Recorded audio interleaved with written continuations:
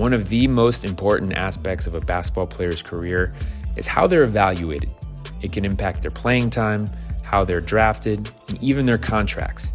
For years, Jonathan Givony has established a benchmark for player evaluation with DraftExpress. He specialized in tracking and gathering measurables on players for teams, coaches, and fans to follow. A job with a tremendous amount of depth and influence, we rarely get to find out how it works. Turning the tables on things a bit, Penny has some thoughts on the process from both a coach and player's perspective. As he sits down with John during the Memphis Pro Day, we find out just what the criteria is for rankings and how projections can be as accurate as possible. Penny continues the thought by getting right to the point with John, determining where a player should dedicate their focus and let their production on the court do the talking. It's some inside stuff here on the 2 Cents podcast, so let's get right into it. And don't forget, subscribe wherever you get your podcasts. You get every episode as soon as they drop. What's up, everybody? We're back to the My 2 Cents podcast. We have a special guest, Jonathan Givony from the DraftExpress. Thank you so much for joining us today. Thanks for having me. We're at our Pro Day where you get a chance to do what you do and evaluate players that you probably have already seen their entire careers, but in a college setting. And we're trying to set this setting up for the guys so that they can kind of get an idea of what the scouts and the writers and the experts feel about them, even though we tell them what we think. It's better coming from a professional like yourself. Explain to the people what DraftExpress does. Yeah, so I started my website in 2003 and just started traveling around the globe, going to different events, different camps, building a network, relationships with scouts and agents, professionals, with parents and players, and just everybody that's involved in the talent identification sphere and the development sphere too. And just trying to educate myself and learn as much as I can. It's been almost 20 years now that I've been doing it, but I feel like every day I'm learning more and more and just trying to get a little bit better at my job. What about the unseen guy? I have this story that I tell everybody really quickly. 9th grade, I played on a local church AAU team. We didn't travel. We stayed in state. The next year I played for the YMCA. We traveled around the country. I wasn't ranked. I was unknown. Go to a tournament at Boo Williams. I'm the number 1 10th grader 3 weeks later after that tournament. I had an unbelievable tournament. No one knew who I was. What about those kids that are saying, hey, you guys haven't even seen me yet. You feel like you've seen almost every kid pretty much. But there's that unknown kid out there that nobody knows about yet.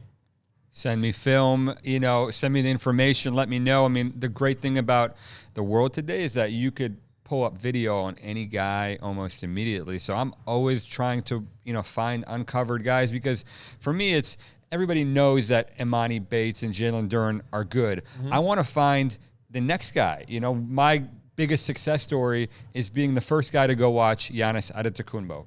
And so that's something I'll carry with me, because I got a tip in the summer before and I started watching videos. I said, I kind of like this guy. Let me fly out to Greece and watch him. I watch him, I'm like, holy cow, this guy is good. I'm going to do an article. We're going to break down video and let me interview him. And every time that you see Giannis now, they show the interview that I did of him. And for me, that's my pride. It's not, just repeating the same thing that everybody else is saying, that this guy is the number 1 player in his class. So yeah, that's the challenge, is to find the unknown guy. That's the fun part about this job. Yeah, no, I love that as well. How is this an important tool for the player and for the teams before they even see a player?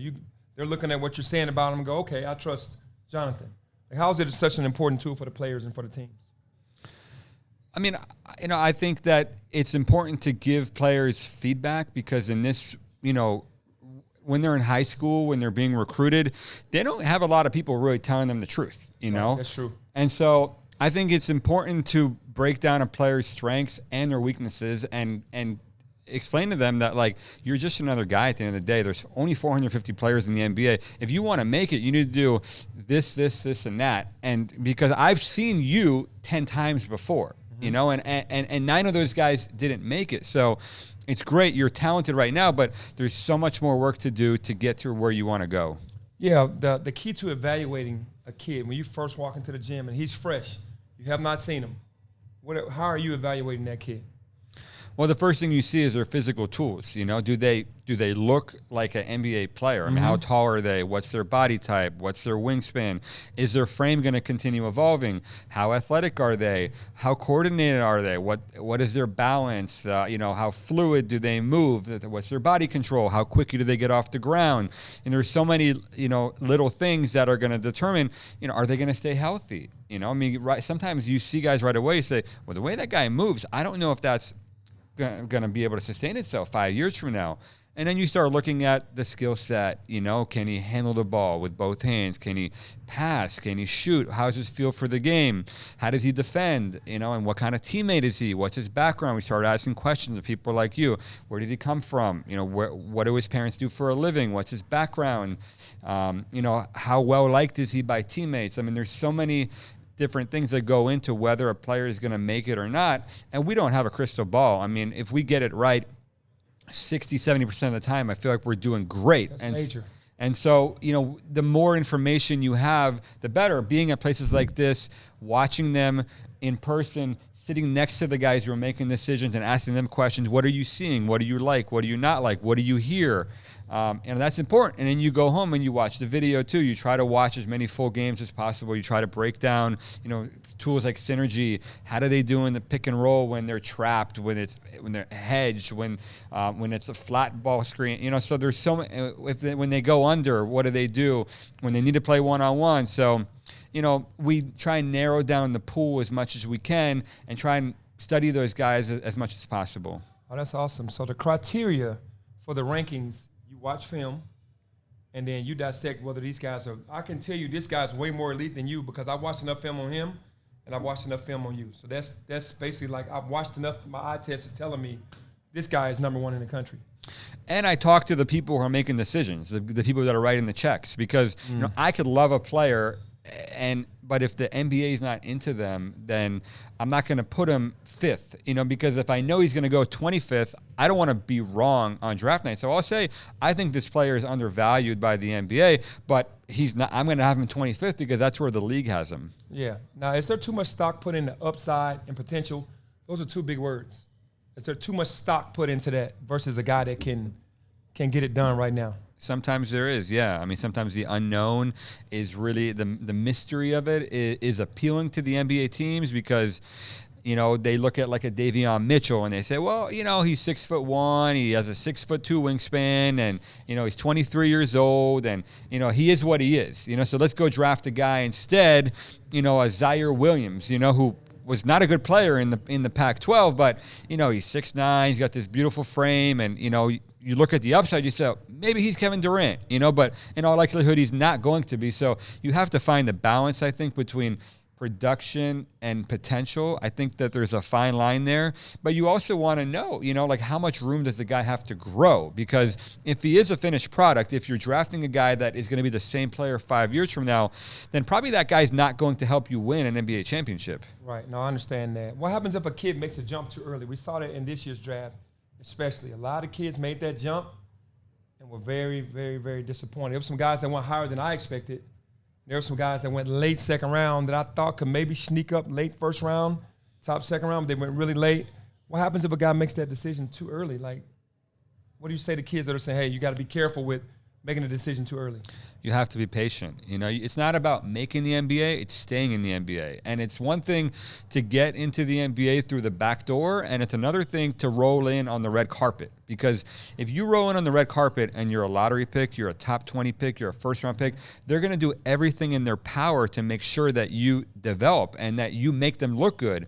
It's no skin off their back if the number 57 pick, if they have to cut you in training camp. They don't care about that, and then it's a long and hard road to making the NBA after that, the G League, and it's not an attractive lifestyle. The way, their lifestyle here is so much better than a G League player. So I always tell them, be patient, take your time. Now they have NIL money coming in. Hopefully you can stem the tide. I understand you got a family to take care of. If you need to go, right. But the NIL hopefully will help bridge that gap and help kids make better decisions.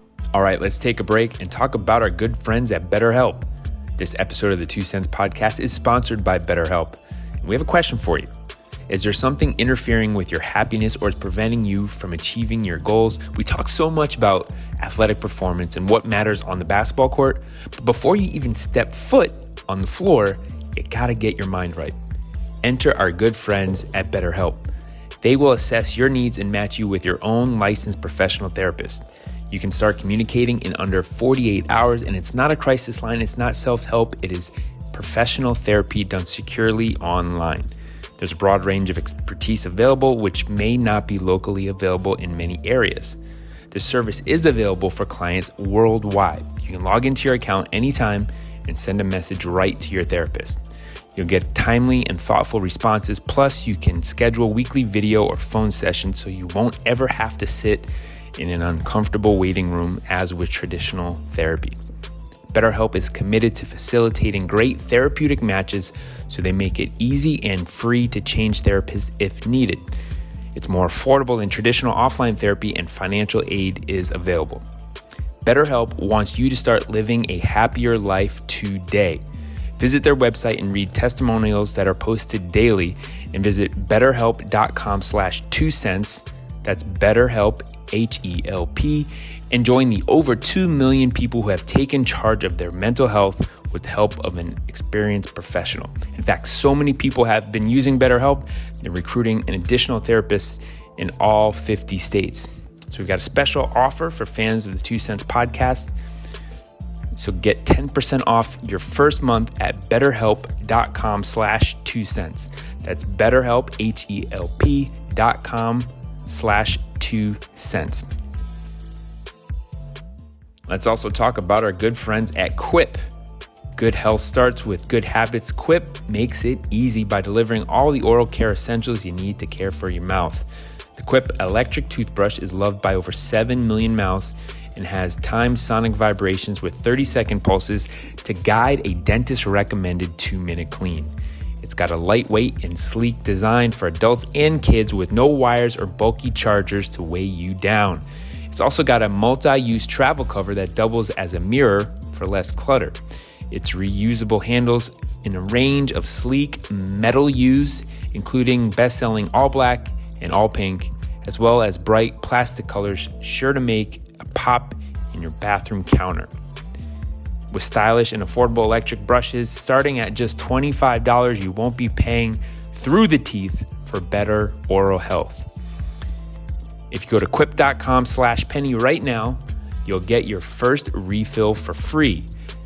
That's your first refill free at quip.com/penny. Just go to GETQIP.com/penny. Quip, good health habits company. Yeah, I think that, I was speaking earlier about this, the microwavable era versus the baking era. Our era was more you had to wait, be patient, you had to know how to play to get in. Now the word potential and upside makes kids feel like I can go earlier, and they don't want to be patient. And it's just truly unfortunate, the era that we're going through right now, where these kids feel like, I can't wait, I got to go after 1 year. So that's truly unfortunate, because you need to know what you're doing before you go there, so that even if you make it, that you can stay. The biggest thing is staying. Talk about staying, not just going, but actually staying. We've seen a shift a little bit the last few years. You look at last year, Chris Duarte, 24 years old. He goes number 13 in the draft. You look at Corey Kispert. He's a first-team All-American. He's number 16 in the draft. You look at Davion Mitchell. You look at Trey Murphy. These are guys who are 21, 22, 23, 24 years old, top 20 picks. 5 years ago, that wasn't the case. So I think we're seeing it start to correct itself, because these NBA guys, they need to see immediate results. Yes. These guys are in their contract for 4 years. It's, you have to pay them so early now, and you don't want to take a guy who's 18 and then he's still a project when he's 21. You have to give him $200 million, and then who knows, what your salary cap books look like. Yeah, and I'm appreciative of them taking the older kid. We have a kid on our team that just turned 25, DeAndre Williams, but he's a freaking player. Yeah, I'm not just saying that. They'll see that. Yeah. I feel like if he gets the same opportunity as an 18-year-old, he will dominate that situation every time and show the scouts why he's deserving. But a few years ago, that wouldn't have happened. So I'm happy to see Davion and Duarte and all those guys that can really play. The older guys, being drafted, because they can help right now. How do you think the rankings affect the kid negatively? Because you hear all these kids going, I'm not ranked high enough. How do you think it affects them negatively? I think people put too much stock into it. They don't understand how fluid the rankings are. You know, you have a good month. If you take your team to the Final Four, I mean, everything changes all of a sudden, you know? And so it's just a snapshot. It's a moment in time. And I tell these kids all the time, I'm open-minded to getting new information. You know, if I'm wrong, I want to know about it now and not, you know, when you're playing in the NBA already and see, damn, you know, like we misevaluated that guy. So I think, you know, kids need to be patient, like we said, and they need to just focus on what they can control, which is getting better and helping their teams win games. Yeah, that's the biggest thing that I tell our kids. Winning helps everything. A team can see who you are within the winning, but if you're going out there trying to do your own thing to try to make it, and that's what a lot of kids think, I got to get these numbers to make it, it's truly unfortunate. How do you measure the things that you can't see, the IQ, the heart, the toughness? How do you measure those things? Because to me, it's not just all about offense. Most kids think it's about the offensive end is why they get ranked. But you gave me a number of things that you say that you look for. And off the court things that you ask people about these kids. How are they able to be coached? How are they in the classroom? All these different things. How does that really, like, get evaluated when you see a kid on the floor, like, about if he's not going to quit, if he's going to compete instead of just play? I think the more you watch them earlier in their career and you follow their trajectory, I think the more you learn about them. I mean, I've been watching Amani Bates since he was 14 years old. I've been watching Jalen Duren since he was 15 years old. And so you see them put in situations where they have to perform, where the pressure is on them, and it's time for them to step up and lead their team and win. And I think that's how you learn about them, as well as developing relationships with people like you and your staff and just trying to figure out what happens when we're not looking, you know, in practice, when things are tough, you know, when you're going at them, how do they react? And so, you know, you're not going to ever know everything, but the more information you can gather, the more informed you are. Yeah. So we've touched on this already, how does paying your dues, that's mean being patient, has its pros and its cons? Can you talk about, hey, I'm going to be patient because Jonathan said if I'm patient, I could get there. How does they have the pros and cons? Because we talked about the age. It's now starting to not really matter anymore. They just, if you're 24 years old and you can play, you're good, versus the 18-year-old just going. How does it have its pros and cons? I mean, you know, the NBA like is very numbers oriented now. You know, they have their draft models, they have different formulas, things that they input into their system that tell them what is this player going to be 5 or 10 years from now? How does he compare to guys 5 or 10 years ago? And a big factor in that is age. You know, age is a huge way to evaluate a player's upside.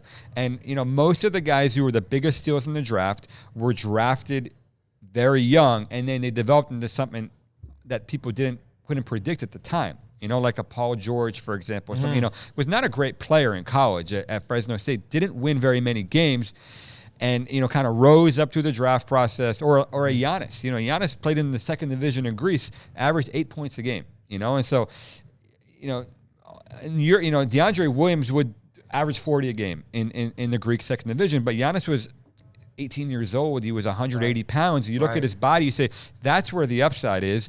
He's 6'9", then he grows and he turns into this, you know, Hulk figure, and his athleticism explodes. I mean, that's upside right there, you know? And so it's probably not going to happen for DeAndre Williams, who's 24 years old, but that doesn't have to happen for every guy. So that's, you know, what makes our job challenging and what makes it interesting at the same time. Yeah. What should every player know about having their skills and their production evaluated? What should they know? Like, some kids might say, well, he doesn't know what he's talking about, but what should they know? Do the owners really look at what you have to say because they trust that you've done your homework on this kid and you know exactly what you're talking about with the kid? I think they just need to look to the sidelines and see that I try to be everywhere. You know, I try to go to as many high school games as I can. I try to go to the EYBL and sit there and get to know these guys, get to know their families, USA basketball camps, you know, I mean, all these different events in the summer, try to come to practices, try to build relationships. So, like, I'm not saying that I'm the end-all, be-all. I mean, I don't think anybody should trust my word as the gospel, you know, like, so, I mean, people need to look at the track record and analyze it and ask people and go off that, you know. I mean, maybe they think they've got somebody else that has better information or more answers, and I'm fine with that, honestly. Yeah, for me, as a coach, and a lot of the players that I go, you can't put value on that where a guy just goes out there and just hustles his butt off. He doesn't seem to be like the top defenders. Don't seem to be the guys that get the number one nod. They get in the top 20, but it's really the guys that can do pretty much everything or he can do more than him. But where's the value in the guy? And I wish that these guys would know defensively. There's less of you than offensively, and if you're an elite defender like a PJ Tucker, you still have as much value. I want you to still have as much value to be the number one player because he can guard 1 through 5. You can't get anything off of him. He's going to get every offensive rebound. Where's the value for those guys? I mean, look at every NBA team has guys who that's their specialty is playing defense. So the Brooklyn Nets, they got Bruce Brown.